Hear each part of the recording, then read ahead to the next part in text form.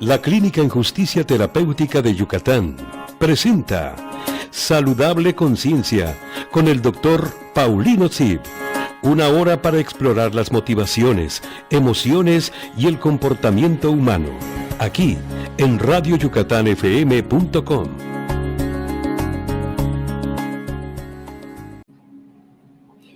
Saludable Conciencia de este mes de Yucatán. Hoy es el día 7 de junio de 2018. Hoy es el Día Internacional de la Libertad de Expresión. Hoy hubo un evento importante.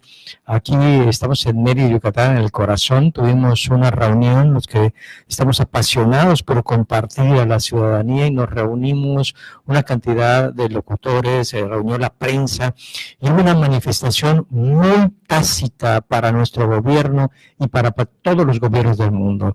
Y en nuestro corazón, y especialmente en mi corazón llevo a José Luis Valdés. Hermano, si estás en el cielo o si te tocó el infierno porque eras bueno para estar en uno u otro lado, te quiero, tú lo sabes. José Luis Valdés hace un año lo mata en Sinaloa. Era un periodista con una cantidad de producción, Los Morros del Narco, Mis Narco, Narcoperiodismo y una infinidad de temas donde aquí se vinculó. Hoy el problema mundial que tenemos, y específicamente en el tráfico, y hoy que es el Día Internacional de la Libertad de Expresión, nos manifestamos y pedimos que continuemos con este tenor de poder decir lo que pensamos, obviamente fundamentado. Conoce este programa Saludable Conciencia. Hoy nos acompaña la doctora Aida Montserrat, médico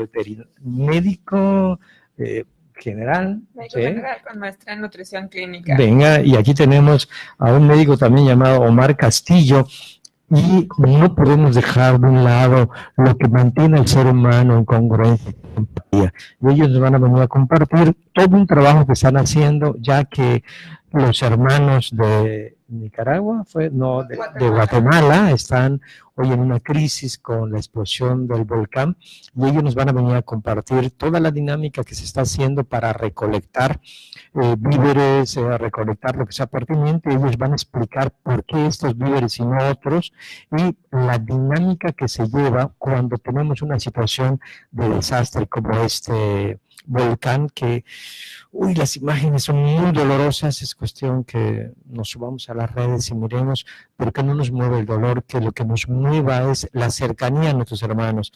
Hola Omar, hola doctora Aida, coméntenos en primer lugar este suceso de crisis y las posiciones de ustedes en esta brigada, porque fueron parte de una brigada. Bueno, pues para empezar, nosotros comenzamos como una brigada al ver cuando nuestro país se encontraba en una situación similar en Puebla, ¿no? Cuando vino el terremoto de hace unos meses en septiembre, y a partir de ahí un grupo de gente que ya son profesionales, la mayoría profesionales de la salud, y uno que otro ingeniero y arquitecto, nos reunimos para ayudar al pueblo, ¿no? Al pueblo literal de Puebla. Y ahí casualmente estuvimos en contacto con gente que vivía a las faldas de un volcán, ¿no? En ese caso no fue precisamente una erupción lo que nos hizo ir a ayudar, sino un temblor, pero pues nos vimos en la necesidad de buscar ayuda no solo entre nosotros, sino la gente que fue la que más nos apoyó con medicamentos y con víveres, etcétera, que eso nos dio lo suficiente como para apoyarlos. Y ahora nos vemos en la situación en la que nosotros también podemos juntar y ayudar a los más necesitados, pero ahora de Guatemala, ¿no? Y eso es lo que estamos buscando, la empatía de los yucatecos para que vayamos a Guatemala directamente hasta lo más cercano que podamos para llevar este apoyo. Gracias. Y tu motivación, tu rol en este equipo que va a Guatemala a apoyar. Ok, principalmente el rol es ahorita como coordinador, pero realmente el equipo se complementa bastante, estamos muy balanceados. Es Monse, ayuda mucho en la coordinación, igual que Marina, igual que estuvo Marco, que ya no está ahorita presente con nosotros. Y pues bueno, se intenta llevar este apoyo principalmente de víveres, porque es lo que solicitó la Cruz Roja Guatemala, es lo que está pidiendo, además de apoyos económicos, que son las cuentas bancarias de Banrural, que subió lo que es el gobierno de Guatemala. ¿Okay? Entonces, principalmente se va a llevar esto por la razón de que Cruz Roja Guatemala lo pida. Muy bien, ¿nos puedes enumerar de manera pausada qué es lo que la gente puede aportar? Y ahorita nos vamos a la dinámica de cómo se puede acercarles a ustedes esto que requieren los hermanos de Guatemala. Ok, en general pidieron lo que es aceite, pidieron harina de maíz, pidieron arroz, frijol, agua purificada. Eso es primero en los alimentos. En lo que es de higiene personal, pidieron papel higiénico, toallas sanitarias, cepillo de dientes, entre otros. Son los principales que pidieron. Lo que sí recalcaron es que no entreguen ropa y no lo que es de leche en polvo. Eso de plano no lo están pidiendo. Muy bien, déjame hacer énfasis. No ropa Y no leche en polvo. y no leche en polvo. ¿Ustedes tienen alguna idea por qué no eso? Bueno, en este caso no es lo que están solicitando porque ya ahí en Guatemala tienen abastecido esa zona, ¿no? De hecho, al principio no sabían la magnitud de lo que necesitaban y por eso dijeron a todo el mundo que esperáramos con este tipo de ayuda. Y apenas ayer en la tardecita fue cuando nos dieron luz verde de que solamente eso era lo que necesitaban. Muy bien, entonces si repasamos, lo que ellos requieren es agua embotellada, Agua embotellada. lo que necesitan es aceite, lo que necesitan es arroz, lo que necesitan es frijol y harina. Harina de maíz. Harina de maíz, ¿ok? Y esto, la gente, ¿dónde se puede acercar a donar? Okay, vamos a estar lo que es este domingo, vamos a estar de 8:30 a 1 y de 2 a 6 de la noche en lo que es Parque Mejorada este domingo. Estamos hablando del domingo 9. Domingo 9. Ajá, van a estar en Mejorada. En Mejorada. Ok, en algún momento vamos a mandar la ubicación, ¿te parece? Pues ya con mayor precisión para la gente que nos mire, ahí puede ir a apoyar. Entonces, van a estar de 8 de la mañana. De 8:30 de la mañana a 1 de la tarde, Ajá. de 2 a 6 de la noche. Ok, Pausa para almorzar. ¿y cómo pueden llevar? Pues mientras lo lleven embolsado, nosotros lo vamos a estar recibiendo, lo vamos a estar empaquetando lo mejor posible y a partir de ahí, dependiendo de la cantidad que llevemos, es como Omar y yo nos vamos a encargar de llevarlo por lo menos a la frontera. Muy bien, si alguien quiere llevarlo ya en una caja, preferentemente no. Si ya está en una caja y está con el nombre de lo que están llevando ahí, o sea, por ejemplo, si van a llevar una caja, que sea solo una caja de aceite, por así decirlo. Si van a llevar arroz, solo una caja de arroz, si es que lo quieren llevar en caja. Porque si no, nosotros lo vamos a tener que abrir y separar. O sea, no es conveniente que se haga un paquete donde ahí haya 1 kilo de arroz, que haya de frijol, de aceite, aunque venga nominado.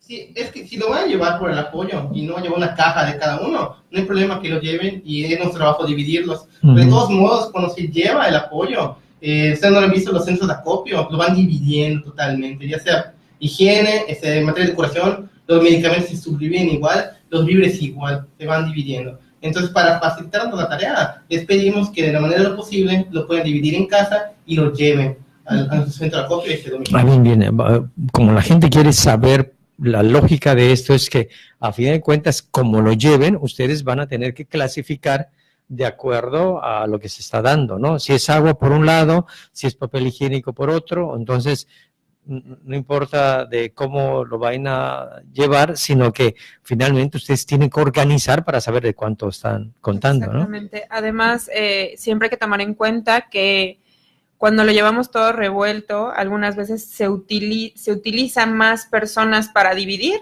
que para entregar o para ayudar a la gente. Entonces, si queremos hacer como la tarea un poquito más específica, pues sería lo ideal como llevar su caja de un solo material, ¿no?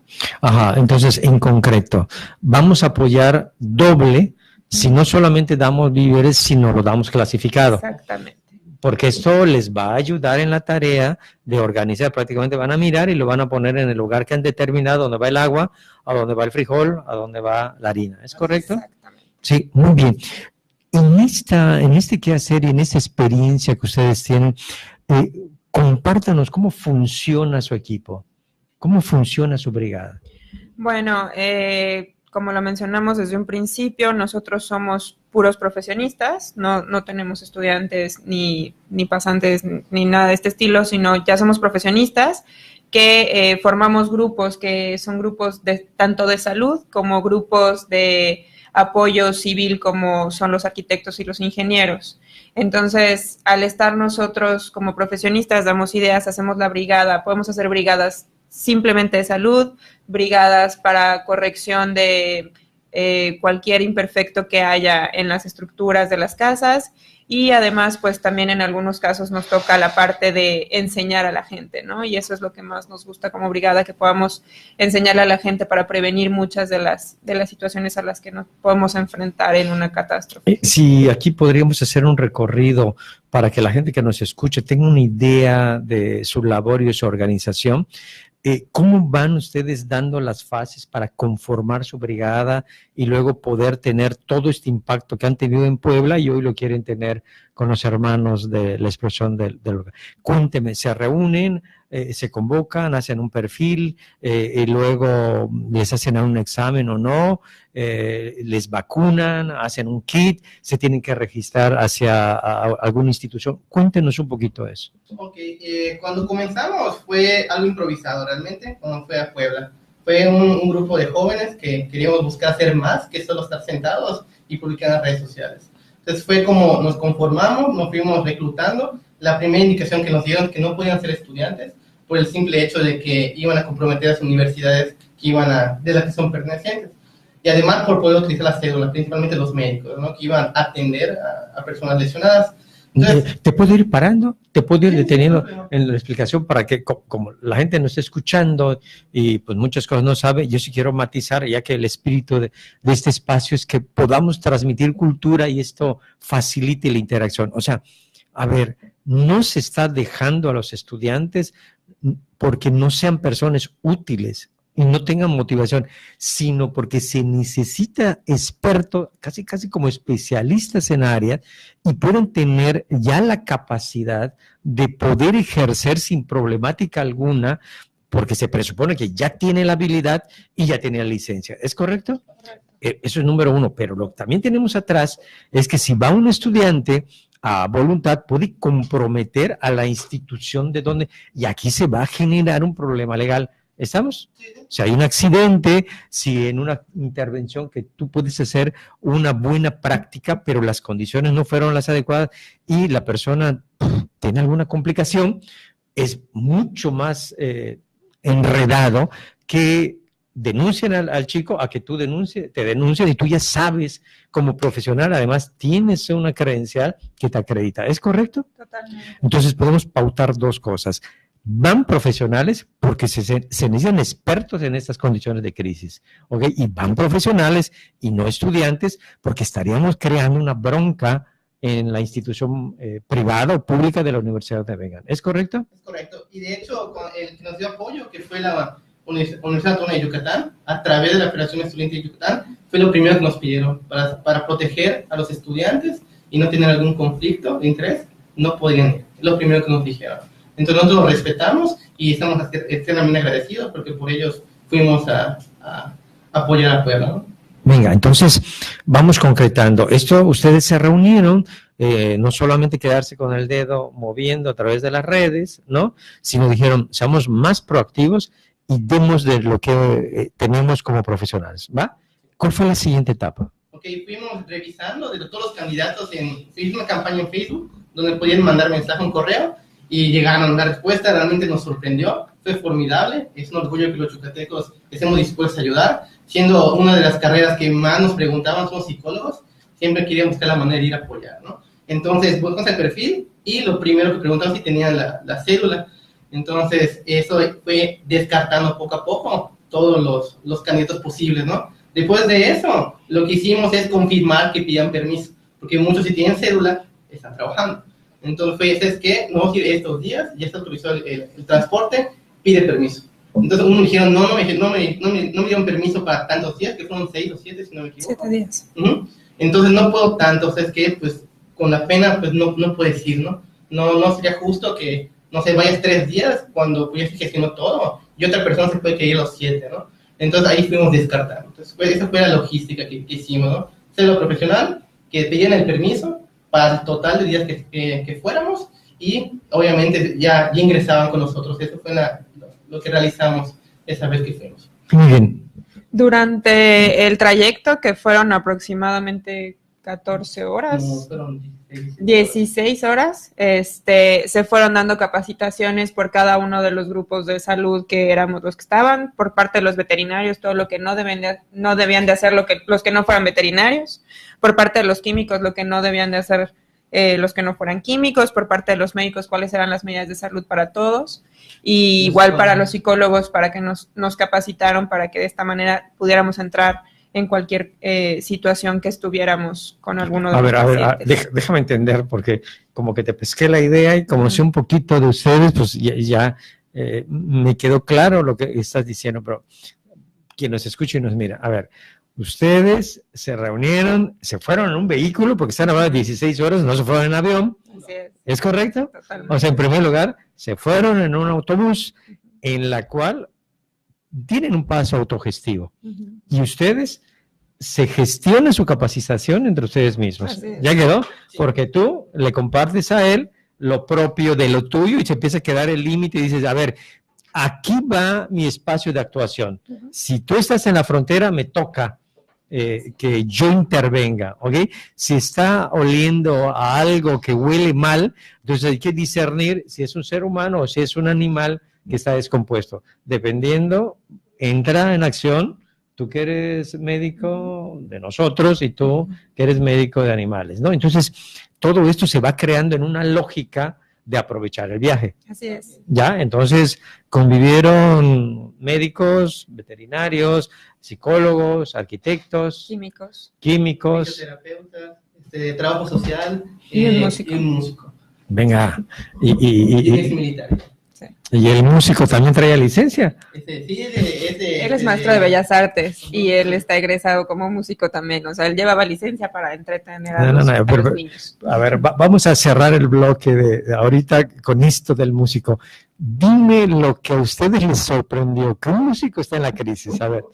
Pues realmente todos nos sorprendíamos de que hubiera un músico en la crisis, ¿no? Pero en el momento de la acción, al final fue nuestro comodín que, además de ayudarnos a todos en lo que estábamos haciendo, al final cuando terminábamos el día cansados después de haber visto pues mucha gente en tragedia, pues unas buenas canciones nos acomodaron el alma, y posteriormente cuando hicimos muchas dinámicas con los niños que estaban con un trauma severo posterior al evento, él nos ayudó a llegar a los niños a través de la música, ¿no? Cuando queríamos que los psicólogos actuaran o los médicos actuaran, iniciaba con alguna canción y que compartiera con los niños, y a partir de ahí empezamos con ellos. Wow. Cabe señalar que antes de, obviamente él ya lo conocíamos, nos mandó su celular y todo, pero es una estrategia que los psicólogos nos dijeron, mira, hay un músico, cuando vieron su nombre lo conozco, es amigo mío, y ¿sabes qué? Podemos hacer algo, ¿no? Podemos hacer algo, es tanta el estrés que hay, creo que llaman síndrome de burnout, ¿no? Uh-huh. Había muchos diagnósticos de eso igual a los brigadistas ahí en Puebla, nos puede ayudar para unirnos, ¿no? Pero al fin y al cabo, ¿sabes qué? Pues dile que sí, nos puede ayudar en varias cosas, en varias áreas, y podemos hacer estrategias para que nos bajemos el estrés en la noche y nos unamos entre las diferentes universidades y diferentes personas de diferentes estados del país que estaban ahí en el Politécnico de Atlisco. Entonces fue una gran estrategia y nos funcionó bastante bien. Uh-huh. Venga, entonces como la música no trae fronteras, no trae colores, ¿no? No trae preferencias en cuanto a la profesión, y a fin de cuentas como que después del dolor les abrazó y les lavó las heridas, ¿no? Como la comida del alma. Así es. Venga, Saludable Conciencia, Mérida, Yucatán. Estamos hoy a día 8 de junio del 2018. Regresamos. Yucatán, Saludable Conciencia, y hoy con la agradable visita del médico Omar, de la doctora Aida, donde estamos haciendo todo un esfuerzo, y además aquí, como bien se dijo en el bloque anterior, los yucatecos con un gran corazón, como también en ocasiones la anatomía nos dotó de una gran cabeza, ¿no? Entonces, un gran corazón para apoyar a nuestros hermanos. Ya ellos nos han comentado sus experiencias en Puebla, y ellos fueron parte de una brigada en la cual les esperamos este domingo que nos puedan ayudar con víveres, los cuales él va a mencionar cuáles sí, y ella nos va a decir qué cosas no hay que llevar, por favor. ¿Qué cosas sí hay que llevar? De alimentos es harina de maíz, aceite, arroz, frijoles, eso sí pueden llevar. Lo que es la parte de higiene, pueden llevar lo que es cepillo de dientes, toallas sanitarias, papel higiénico, shampoo. Eso lo pueden llevar. Eso sí se pedía. ¿Y qué no deben llevar, doctora? No debemos de llevar ropa. Ropa no nos sirve ahorita, no lo necesitamos por el momento, y tampoco debemos de llevar leche en polvo. Ya está. Entonces, esas dos cosas por el momento no son útiles. Iremos muestreando, iremos dando indicaciones qué cosas sí y qué cosas no. Depende cómo vaya evolucionando esta situación. Y nos quedamos con el tema de cómo ellos forman una brigada, cómo ellos se hacen autogestivos, se capacitan a sí mismos, y ahorita vamos a entrar en el momento de cuando llegan al lugar del siniestro, del desastre, donde está la crisis. ¿Cuál es la lógica de acción? Bueno, primero, en el momento en el que nosotros llegamos, ya había pasado una semana, ¿ok? Aproximadamente había pasado una semana en lo que logramos reunirnos todos y dirigirnos hacia la ciudad de Puebla. Por lo tanto, los médicos debíamos enfocarnos más allá de los golpes o el trauma directo que tuvieran los pacientes, porque eso es lo que llega más rápido a la atención hospitalaria. Nosotros nos teníamos que enfocar en las infecciones que tuvieran los niños, infecciones que ya hubieran tenido tiempo, en los animales que hubieran estado enfermos durante esa temporada, que no se hubieran alimentado y que necesitaran de alguna atención veterinaria para que no siguieran contagiando a los humanos, ¿no? Entonces, eso es lo que teníamos que enfocar. Danos ejemplos de qué enfermedades tú tenías que fijarte y estar pendiente. Enfermedades gastrointestinales, diarrea, vómitos, tos, sobre todo en los niños, ¿no? Y más allá de todo, enfermedades pulmonares, era lo que teníamos que... ¿Tu población vulnerable ante un desastre son los menores? Menores y adultos de la tercera edad. Los extremos de la vida siempre es nuestra población más vulnerable. En este caso teníamos también por parte de los psicólogos que ver que muchos de los niños estaban solos cuando fue el temblor, ¿no? Porque sus papás estaban trabajando y los niños se quedan en casa, todavía no están listos para ir a la escuela o lo que sea. Entonces teníamos que también canalizar a estos niños que se estaban enfermando porque emocionalmente no estaban bien. Por lo tanto, se tenían que canalizar con el psicólogo, por lo menos para tener una intervención inmediata. Entonces, esta era una parte muy importante también. Muy bien, y esto, cuéntanos un poquito la dinámica. ¿Están en un lugar, en una tienda de campaña, pasan a las casas? ¿Cómo se hace toda la promoción para receptar a la gente? Esto fue una logística que agradecemos mucho a la Universidad Politécnica de Atlisco, que fue lo que nos recepcionó, nos abrió las puertas de la universidad porque pudimos dormir ahí, ¿ok?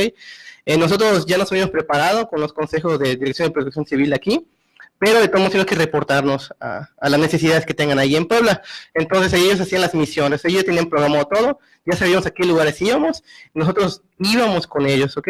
Y nos unimos a sus misiones, porque le llaman misiones al fin y al cabo. Entonces íbamos con unas pequeñas brigadas interdisciplinarias, cada una se dividían que eran entre 3 o 4, ¿no? Brigadas que tenían médicos, enfermeros, psicólogos, veterinarios, en cada de esas 4 mini brigadas de nosotros. Okay. Cuando llegamos ya teníamos preparado todo, o estábamos en lo que es una iglesia, que es en esas zonas de esas comunidades es muy importante la religión, entonces íbamos a las iglesias, era más fácil que llegara la gente, ¿ok? O nos ponían lo que es en el Palacio Municipal, ahí nos instalábamos, era como una pequeña feria de la salud, pero hay que ver que estar atentos porque una cuestión importante es el diagnóstico de las casas, es lo que necesitaban ahora por parte de los ingenieros y arquitectos. Entonces tenían que estar pendientes a las llamadas, a la radio, porque si uno se accidentaba, tendría que habilitar al médico que esté preparado para cuando llegara, ¿no? Lo que es el accidentado. Entonces normalmente eran como una pequeña jornada de la salud que hacíamos ahí, pero estaban atentos de que no sucedieran accidentes mientras se diagnosticaba las casas que apenas no sabían qué tanto daño tenían después del sismo. Cuando estás hablando de diagnóstico, estás hablando del diagnóstico de la infraestructura de la casa, ¿no? Así es. Porque el diagnóstico médico, eso tenía que ir la gente a estos sitios. ¿Ustedes hacían recorridos en las casas? En algunos, por ejemplo, los arquitectos sí tenían que recorrer las casas y en varias ocasiones nos tocó a nosotros como médicos que había pacientes que ya estaban gravemente deshidratados por la misma infección o lo que sea y teníamos que trasladarnos.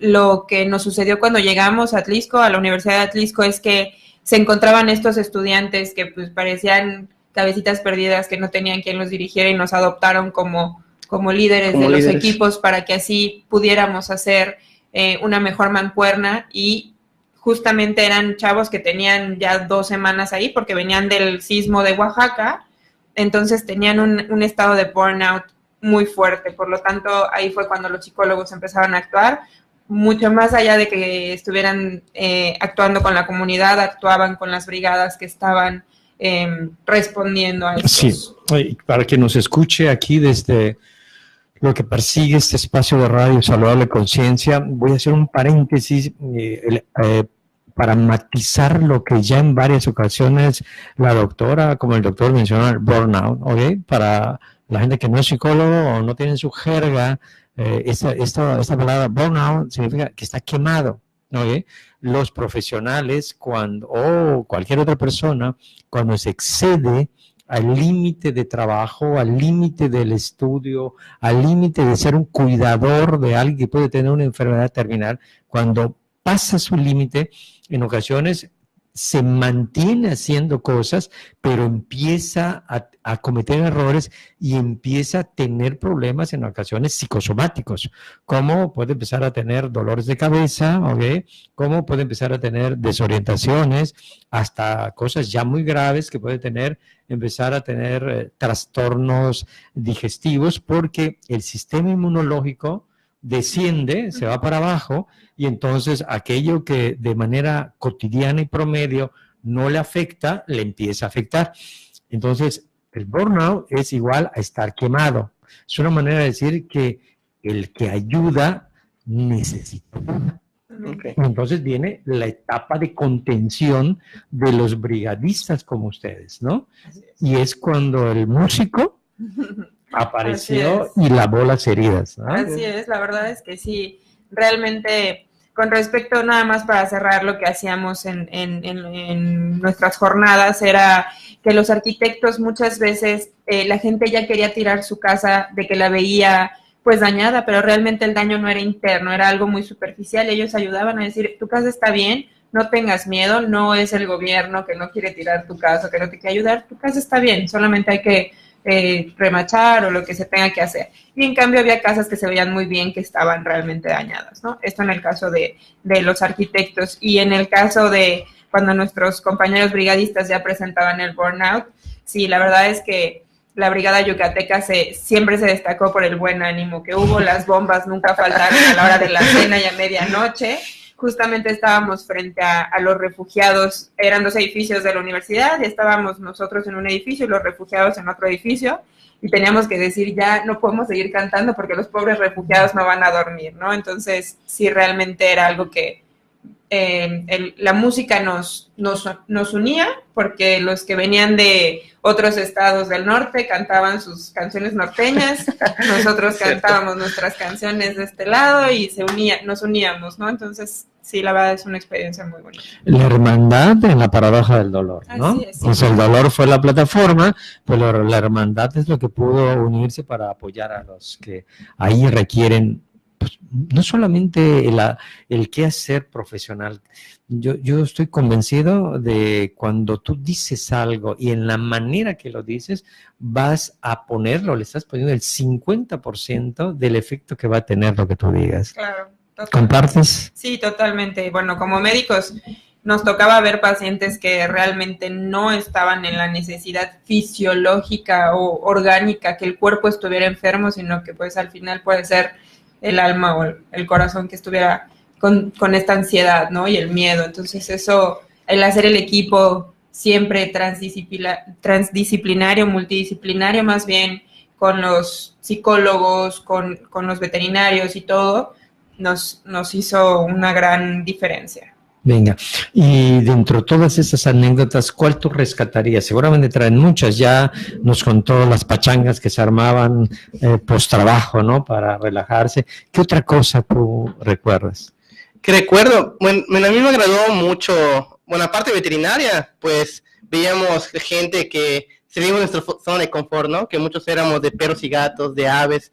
Entonces, conocí las comunidades, sus tradiciones. Había una comunidad que llegamos y no había, los perros y gatos estaban bien cuidados, pero estaban sueltos, ¿no? A veces puede decir que es que un perro callejero está mal. Bueno, pues ellos así lo han tenido toda su vida, pero aunque estaban en la calle, ¿de quién es su mascotita? Es de tal persona, subes al cerro a la izquierda, la casa de la derecha es de él, ¿no? Todos sabían de quién era cada mascota, ¿no? Y había otro pueblito que casi no había perros, pero era puro ganado. Entonces decían, oye, es que se le cayó un tronco de su establo y se le lastimó la pata, ¿no? Y ahora vamos a checarlo, tremendo animal de casi medio tonelada, y a revisarle su patita porque está cojeando, había que atenderlo, ¿no? Salir de nuestra zona de confort. Y otra que me agradó mucho fue, bueno, aunque ya el doctor Aarón Palomo nos había dicho que íbamos a una etapa de contingencia donde había mucha necesidad además de médicos y todos los que fuimos, pero los psicólogos eran parte importante, ¿no? Que es, digamos, casi antes de llegar a la post-contingencia. Entonces, muchos de los casos, cuando yo estaba con Eddie, que es psicólogo, nos habíamos perdido en el cerro, porque nos habían dicho que ve la iglesia a la derecha, pero hay muchas iglesias, y nosotros pensamos que la iglesia arriba del cerro, y no era ahí. Y ya cuando regresamos, una señora vino corriendo y nos dijo, necesito su ayuda. Y yo, pues nos había dicho que nunca nos separemos, ¿no?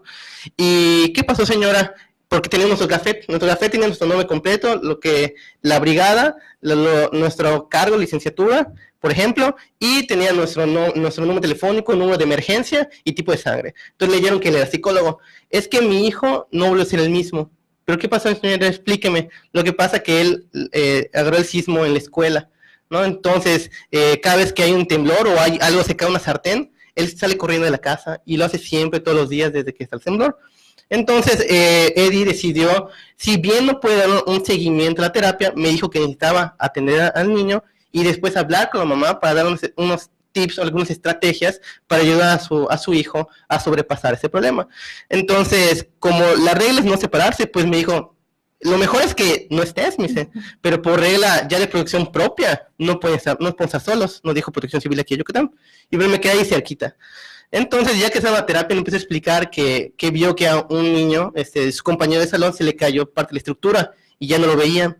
Entonces, eso a él le afectó mucho, ¿no? Entonces, el niño se puso a llorar, obviamente me afectó, y obviamente mis sentimientos me puso a llorar. Nos habían dicho de que, si bien no es malo llorar, pero vamos con un apoyo. Si vas a llorar, da la media vuelta, no te alejes, llora lo que tengas que llorar, y cuando te tranquilices, regresa, ¿no? Y es lo que hice, me separé y regresé.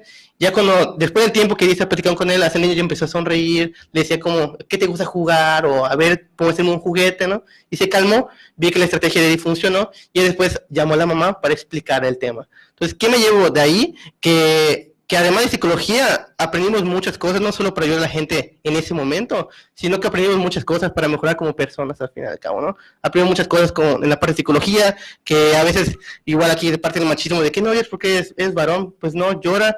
Las lágrimas, Eddie decía, las lágrimas tienen una función, ¿ok?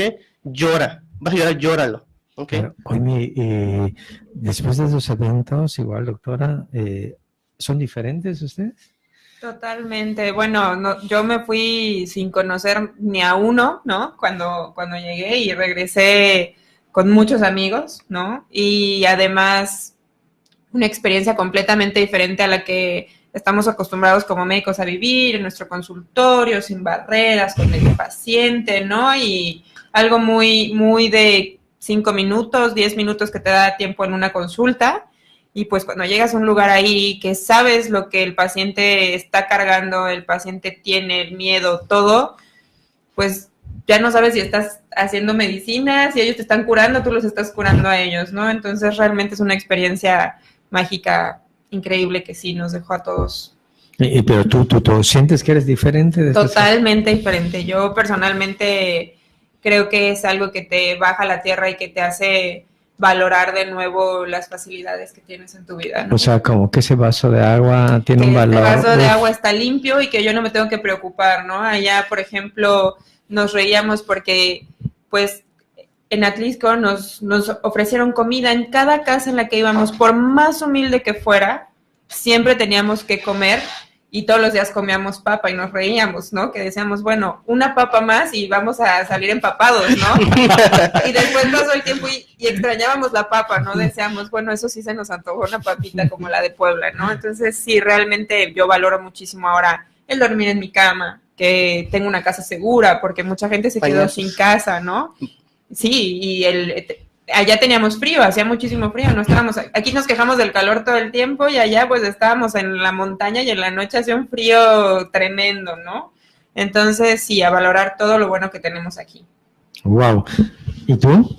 Pues igual, yo siento que me cambió, si bien todos fuimos por una razón, por esa parte de la empatía, Yo siento que es un punto clave para poder ayudar a los demás y mejorar nosotros mismos.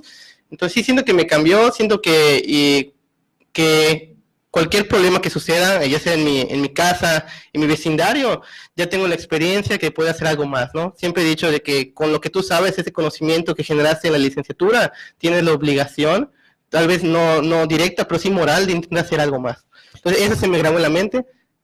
Fuimos ahí a veces hasta para bañarnos era un relajo, venimos aquí y me voy a bañar diario, o sea, porque ahí llegabas, íbamos de las 6, 7 de la mañana, nos levantamos y regresamos a las 6 de la noche, 7 de la noche y querías comer, ¿no? Y para bañarte, comer en baños comunitarios, tienes que hacer fila, ya ves como que mejor nos bañamos con toallas húmedas porque igual lo hacíamos, porque era parte de brigadista, ¿no? Entonces regresar y apreciar todo lo que tienes aquí y nunca dejar de ayudar a la gente, creo que eso a mí me dejó, ¿no? Intenta ayudar en lo que pueda. Oye, Omar, oye, doctora Aida, ¿tú crees que es necesario que necesitamos llegar a un estado grave, extremo, de desastre como Puebla, como los hermanos de Centroamérica, para ayudar? No, para nada. De hecho, justo la palabra que decía Omar es muy importante y que es algo que siento que no solo los yucatecos, todo México tiene, es la empatía, ¿no? Y decir, no tengo que estar en los zapatos de los guatemaltecos para sentir que necesito ayudar. Y muchas veces nos encontramos, justamente sí, podemos ver hasta nuestro vecino que la está pasando difícil y eso nos está costando, ¿no? Entonces, no solamente por las redes sociales, no solamente decir, lo estoy viendo y miren cómo lo estoy haciendo, no, hay que ayudar de verdad, de corazón, y ayudar a la gente que lo necesita. No necesariamente tiene que ser cruzando una frontera o pasando una carretera, ¿no? Puede ser gente muy cercana a nosotros. Justamente, pues los animales, tantos animales que hay y tantos que podemos ayudar, ¿no? Entonces, todos podemos hacer y poner un granito de arena para hacer un Mérida mejor y después un Yucatán mejor y así ir creciendo nuestro granito, ¿no? Qué padre, yo siento aquí, pues estoy cerquita de ellos, como la vibra de esto que les movió, como que les tocó algo que no estaba en su agenda de vida y dices, uy, lo traigo adentro, ¿no? Y ya que lo experimentan, regresas y como tú decías, dices, wow, ¿no? Estoy en mi cama, ¿no? Wow, me meto y me puedo bañar, o sea, me puedo quitar la ropa y meterme a bañar, ¿no? O sea, cosas mínimas. Y yo, en dirección a lo que ustedes están comentando, llevo muchos años trabajando en el área que tiene que ver con la criminalidad y ahorita estamos en un proyecto de evaluar a gente que está en los reclusorios de todo el estado y casualmente ayer estuve aquí en el de Mérida y ya llevo como 30 años trabajando en reclusorios y yo cuando me levanto en las mañanas o cuando me acuesto, yo solo pienso en la gente que está en la cárcel, ¿no? Y digo, wow, yo puedo acostarme en una cama y yo puedo decidir en qué momento abro la puerta de mi casa y salgo, o abro la puerta de mi casa y entro, porque para que igual ustedes los que nos escuchan, cuando uno está recluido hay horas de listas, ¿no? Entonces se pasa la lista en algunos lugares a las 6 de la mañana, luego se pasa en la tarde, luego se pasa en la noche y en algunos lugares se vuelve a pasar en la madrugada. Entonces eso no quiere decir que te puedas dormir de corrido, sino te van supervisando. Y hay en algunos lugares, como en un cerezo que estuvimos la semana pasada aquí del estado, donde se cierra el módulo donde estás a las 5 de la tarde, para que se vuelva a abrir a las 7 de la noche. ¿Okay? Entonces, ¿cómo, a lo que te preguntaba y tú acotaste, no tenemos que llegar a lo extremo, ¿no? Disfrutar de lo cotidiano. Eso es lo que nos hace ser humanos, pero en ocasiones creo que tenemos que vivir cosas extremas para poder valorar lo que tenemos en inmediatez, ¿no? En inmediatez como ropa o como comida. Si nosotros seguimos sobre esta línea, ¿cuáles son los consejos? Por favor, ayúdenos en las redes. ¿Qué debemos poner en las redes? ¿Qué no debemos poner en las redes? ¿Cuál es el consejo de los que aquí estamos, afortunadamente, sin un desastre? ¿Cómo podemos apoyar? Comencemos con el comentario en las redes, ¿ok? Porque hoy la red es el que está ahorita en desastre, puede estar en ese momento, ¿no? O nosotros poder estar ahí. Por favor, háganos sugerencia y para que nos escuchen, ¿qué cosas sí en las redes, qué cosas no en las redes? Primero que nada, sería atención a lo que son las cuentas oficiales. Creo que ahorita un problema importante que lo puso en moda Donald Trump, pero pues ya existía, son las noticias falsas. Entonces, estar pendiente, por ejemplo, si es algo de contingencia en México, a las redes sociales de lo que es Protección Civil, la primera instancia, y de hecho, si nosotros nos llegamos a formalizar con una brigada, tenemos que reportarnos a Protección Civil y seguir sus reglas, ¿no? Entonces, creo que lo primero es buscar fuentes confiables de información, esas serían las dependencias y algunos noticieros, los noticieros que crean que sean de confianza. Cualquier red social que estén asociadas con noticias falsas o que no venga de un representante de alguna institución, evitarlas, estarlas compartiendo. Porque eso sucedía en el siglo. Por ejemplo, decían que ciertas ciudades o comunidades de Morelos tienen ya muchos problemas y seguían teniendo muchos problemas, lo cual era falso. Ya cuando nosotros nos comunicamos con los diferentes lugares, diferentes brigadas, nos decían, no, aquí se solucionó el problema, ya no están requiriendo mayor cantidad de médicos, simplemente los que ya atendieron, solo desgraciadamente van a necesitar a la gente para retirar escombros, y eso nada más serían los que son los autorizados, brigadistas autorizados para entrar a retirar escombros y rescatar. Yo les voy a dar un dato de una investigación que hizo una universidad del centro del país en el problema de la influenza. ¿Okay? Posterior a esto hicieron una encuesta y se encontró que el 42% no le creía a los datos que daban las instituciones que tú acabas de referir. ¿Okay? El 38% sí le creía, ¿okay? Y lo que había entre el 38% y el 42% estaba en duda de creer o no creer. Regreso con el dato y vamos a cerrar porque no, o sea, lo que estamos hablando es que si tenemos un 100% de la gente, si tenemos 10 personas, 4 no le creían a la instancia de gobierno, 4 sí le creían, y los que quedaban de eso, para estos 10, 2 personas se quedaban al aire. O sea, dudosos de qué era lo que está pasando. Esto, creo que el mensaje contundente lo acabamos de dar por tu lado, ¿ok? Necesitamos voltear, ¿ok? Esas 4 personas, ese 40% que no le crean a la institución, se tiene que pasar a creerle, porque es la fuente estable. ¿Estás de acuerdo? Claro. Sí, digamos, se sabe y se observa, no somos ciegos, y si no nos damos cuenta, pues habría que leer y analizar más, que hay una crisis de credibilidad de las instituciones, ¿no? Y creo que eso no solo es trabajo del mismo gobierno, sino es trabajo de nosotros, las personas, igual exigir mayores respuestas, porque es parte de nuestro sistema político, ¿no? Ellos nos representan, pero nosotros formamos parte de la política, nosotros hacemos política. Entonces, si bien no les podemos llegar a creer a las instituciones, podemos seguir investigando por nuestro lado en diferentes redes sociales, de fuentes digamos, de que es periodismo, ¿no? Entonces, hay que intentar creer a las instituciones, para eso están. Hay gente muy capacitada, como la gente de Protección Civil aquí de Yucatán. Entonces, simple y sencillamente hay que hacer, el gobierno, las instituciones deben hacer más para que vuelva esa creencia, esa credibilidad, y nosotros como ciudadanos seguir corroborando que eso sea cierto, ¿no? Pero de manera tácita, ¿eh? De manera tácita, aquí, y si no estamos de acuerdo, es una mesa de debate, ¿ok? Es que la fuente a confiar es la fuente institucional. ¿Estamos de acuerdo? Sí, claro. O sea, en situación de crisis, yo les hablé de un estudio, porque eso es lo que sucedió, pero aquí estamos diciendo que hay que creer en las instituciones, ¿ok? Tendrán algunos errores como cualquier sistema, o sea, eso no están exentos, pero si nosotros queremos combatir lo más rápido posible una crisis, tenemos que crear la institución. Claro. ¿Ya quedó? Sí, sí. ¿Qué otra cosa tú crees que hay que cuidar en las redes? Bueno, tenemos que tener mucho cuidado con todo lo que retuiteamos. Ahorita es muy, bueno, retuiteamos o compartimos en Facebook o likeamos en Instagram o en estas redes sociales que es tan fácil con un dedo nada más hacer público algo o hacerle publicidad a algo que no estamos seguros de que exista o de que sea real. En nuestro caso nos tocó ahorita que estábamos organizándonos para nuestro centro de acopio que tendremos el domingo en La Mejorada, que nos decían es que no están solicitando ayuda ahorita, y decíamos, estamos en contacto directamente en este momento con la gente de Guatemala, de Cruz Roja de Guatemala, que nos está informando que lo único que necesitamos es esto. Y nos decía la gente, es que ya estamos empezando a juntar ropa. No, ropa no necesitamos, espérense a que haya instrucciones, espérense a que veamos qué es lo que se necesita antes de empezar a actuar, porque si no, estamos gastando recursos, ¿no? Y lo más importante, pues recursos humanos. Entonces, lo más importante es que aseguremos que estamos viendo una fuente confiable antes de empezar a darle seguimiento, a empezar a repetir la historia, ¿no? Venga.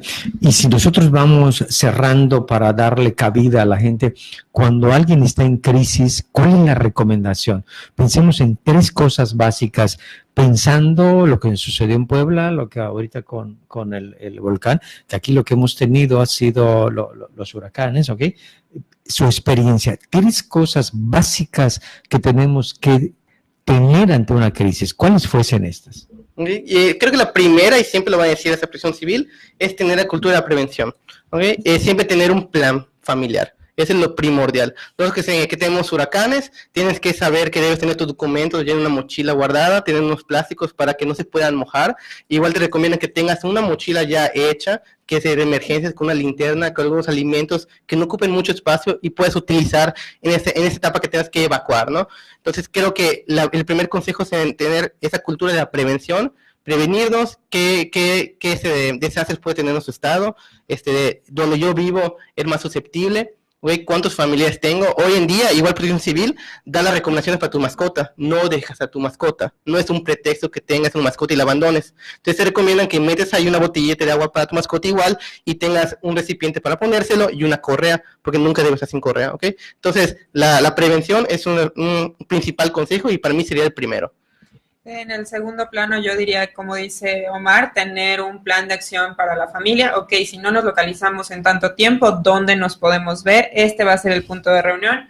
Fulanito, todos tengan los teléfonos cargados.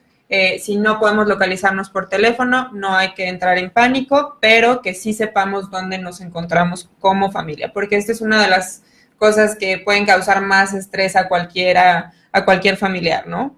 Entonces, también que los más jóvenes, ¿no?, que ya se mueven solos, pero no son niños ni tampoco son adultos, sepan cuáles son las vías alternas para llegar a su casa, cuáles son los lugares seguros en los que se pueden encontrar, ¿no? Este tipo de planes familiares son los que podríamos decir que son básicos para todos. Y cerrando ya y acotando el programa, si lo traducimos a lo cotidiano de acá, ni siquiera tiene que haber un huracán, ni siquiera tiene que haber un temblor, ni siquiera, no, eso es lo básico si nos vamos al cine, ¿no? Es lo básico si vamos a visitar a alguien y es un espacio escampado, si nos vamos a una tocada, o sea, lo que acaban de decir, esto aplica en una crisis de nivel 100 como en una crisis de nivel 4. ¿Comparten esa idea? Totalmente. O sea, tener un plan, tener alternativas, mantener la calma y tener toda una ruta de comunicación y alternativas cuando no se cumpla lo que tienen planeado. ¿Quedó? Totalmente. Mira, pues doctora, que el tiempo se nos hizo corto, ¿no? Con este programa. Gracias por venir, Omar. Gracias por venir, Aida, a compartirnos. No olviden, es domingo de 8:30 a 1, como también por la tarde, que es de 2 a 6. De 2 a 6, ¿en qué lugar va a ser? En Mejorada. En Mejorada, por favor. Algo que mantiene al ser humano unido es la empatía, ¿ok? La empatía es esto de darle al otro lo que necesita. Y en este gesto, yo quiero traer aquí a la mesa, muy breve, Erich Fromm, decía que el amor más grande es el que uno puede dar sin esperar a nada a cambio. Y creo que todos los días, si hoy es un día especial, de apoyar a nuestros hermanos, de dar algo a cambio. No se vale dar lo que no vas a usar, lo que no sirve. Vas a dar lo que sabes que tiene valor, no solo para el que esté enfrente, sino para ti. Saludable Conciencia, Mera Yucatán. No olvidemos, hoy es día 7, el Día Mundial de la Libertad de Expresión. Muy buenas tardes, nos miramos el próximo jueves.